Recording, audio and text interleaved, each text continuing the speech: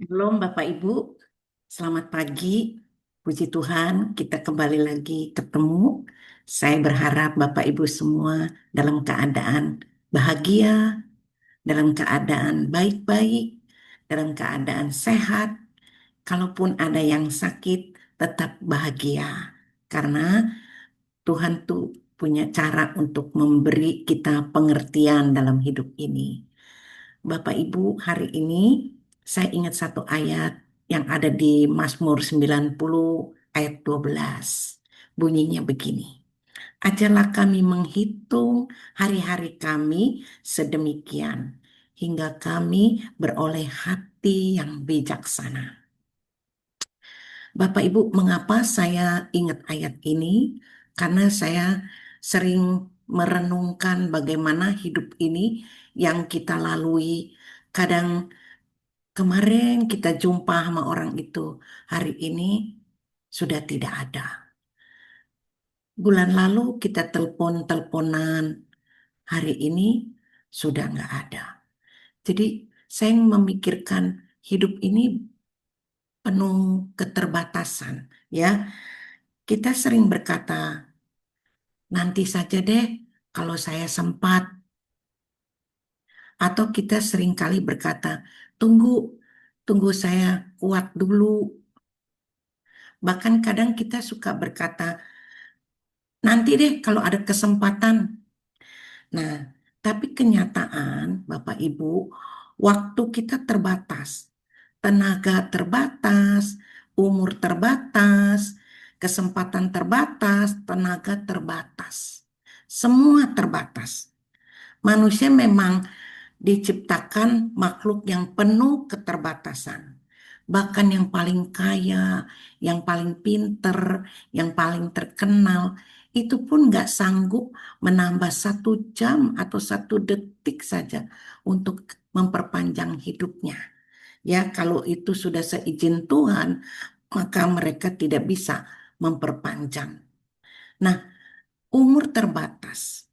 Alkitab berkata rata-rata manusia itu hidup 70 sampai 80 tahun. Tapi tidak semua orang mencapai angka itu. Ada yang kurang, bahkan lebih banyak yang kurang dari itu. Ada yang lebih, tapi presentasinya banyak kan yang kurang dari umur itu. Maka jangan menunggu tua baru mencari Tuhan. Gunakan masa hidup kita ini untuk hal yang bernilai kekal. Jangan bilang tunggu deh nanti kalau udah pensiun, udah tua, baru mau cari Tuhan, ya. Nah, waktu terbatas. Waktu kita terbatas dalam sehari, kita hanya punya 24 jam. Banyak orang menunda hal yang penting. Soal mengampuni, dia tunggu, dia tunda. Menyatakan kasih untuk melayani Tuhan pun dia tunda. Karena merasa punya waktu nanti saja, nanti saja. Padahal waktu bisa habis sebelum kita sadar. Ya Bapak Ibu, apa yang bisa kita lakukan hari ini? Jangan ditunda, jangan ditunda karena kita terbatas. Nah, tenaga terbatas itu waktu masih muda, kita kuat, kita bisa. Tapi nanti tubuh kita akan melemah sesuai dengan firman Tuhan. Dikatakan bahwa tubuh jasmani ini semakin hari bisa semakin merosot. Nah, jangan tunggu nanti udah tua, udah nggak ada tenaga, kepengen melayani tapi udah nggak ada kekuatan lagi. Justru gunakan tenaga yang terbaik kita untuk melayani Tuhan. Ya, melayani Tuhan bukan nanti, tapi sekarang. Sekarang ya Bapak Ibu.